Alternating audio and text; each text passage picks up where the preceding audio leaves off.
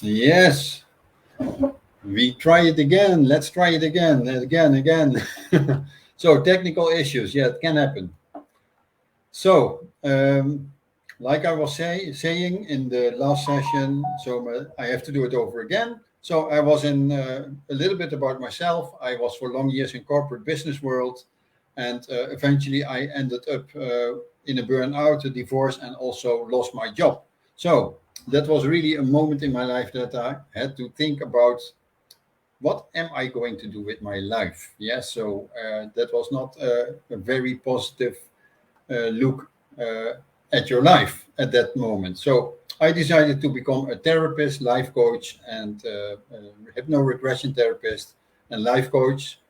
And eventually, I ended up in the health industry with the stem cell reactivation patches, but especially the area of network marketing. That's what I love to do because that's all about personal development. That's why I love it.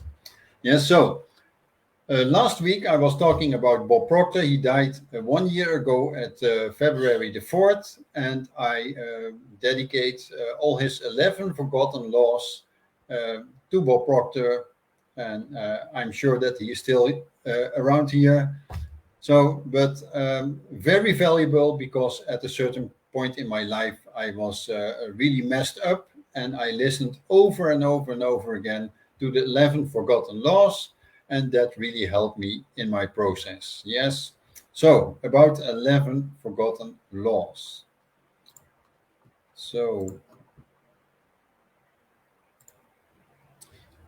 yes. So, it starts with the law of thinking. So, we have the law. The law is all about God.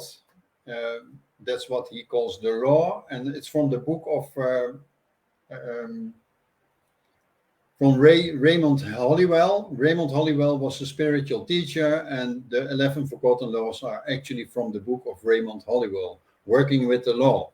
Okay, so it was about the law in common. So, what is the law? It's about God, and He's as close as the breath that we breathe. That was what I was talking about.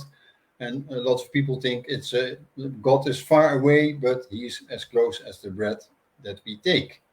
Yeah. So, and the first real law is the law of thinking, because there is everything what happens in your life. So, from the book of James Allen, a man as a man thinketh in his heart, so is he. That's from the book of James Allen, but it's also from the Bible. Yeah. So, and the thinking is about the heart of hearts, the emotional mind. So we all think it's here in the brain, but we also have an area in our heart where we can think. Yeah. So the heart area is connected with the brain. And so these two work together. Yes. And that's what a lot of people don't realize. But you feel it. So when something is not correct in your life, you feel it in your heart area. Yes. So that's very important. It's about the heart of hearts, the emotional mind.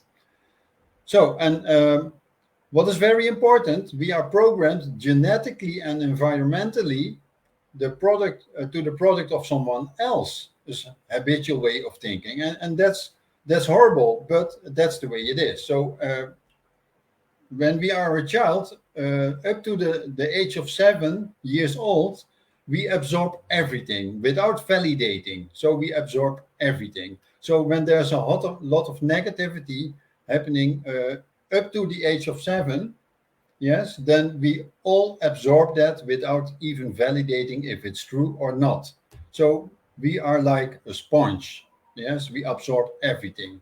So, and that's why we are programmed. And we are programmed not to have success in our lives. And that has to do with the culture, with the educational system, with the people around us, the parents that wants the best for you, but they are not the expert in the area of mindset. Yes, your parents are not the experts in the area of mindset. The educational system is also not an expert in the mindset area. Yes, so that's why we think how we think, but it's all wrong. We are programmed in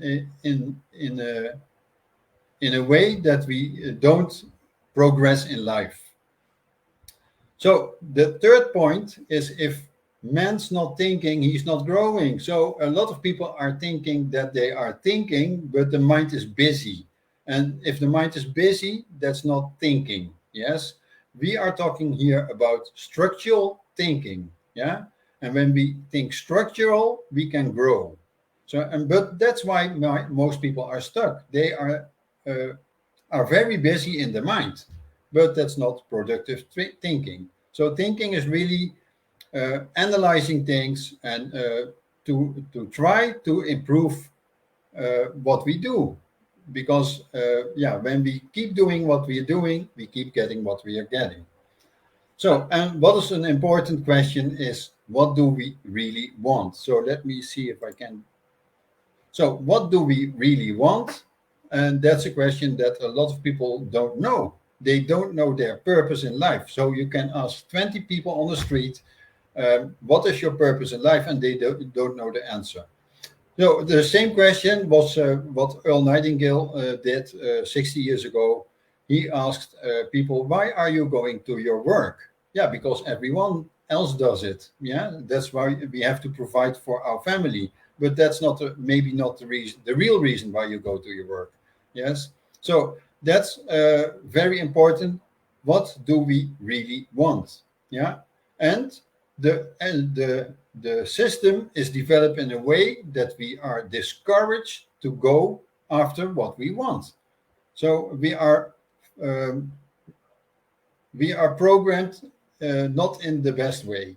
Yes, but what is it? We can have everything what we want, and that's what a lot of people are not believing. They don't think it's for them; it's for someone else. But everyone can have everything they want, and that's very important. Yes. So that's about the thinking, constructive thinking, not that the mind is busy with all kinds of things. Okay, and the fifth point is, if we don't like the results we are getting, then we have to change our thinking. It's all in the mind, how we think. Yes, that's very important. So when you can change your thinking process, and that's not easy. Let me be very honest. It took me also years, and I'm still not there where I want to be, but I'm aware of it. So it starts with the awareness that we have to reprogram our thinking. That's what we should do, and then we get better results. Yes. Okay, and the sixth point is, our thoughts are omnipresent. So, what does it mean? So, the moment we think something, it goes around the planet with the speed of light. Yes? So, that's how fast the thinking is transported around the planet and it comes back. So, it's with the speed of light. So, and that's what a lot of people don't realize. And maybe that's the way that some people get very good ideas because they are meditating, they are praying, and they get the right solution. But that's maybe because someone else was thinking something and you pick it up because you are on the right frequency, on the right vibration. Yes. So that's very important. So omnipresent means it's always there.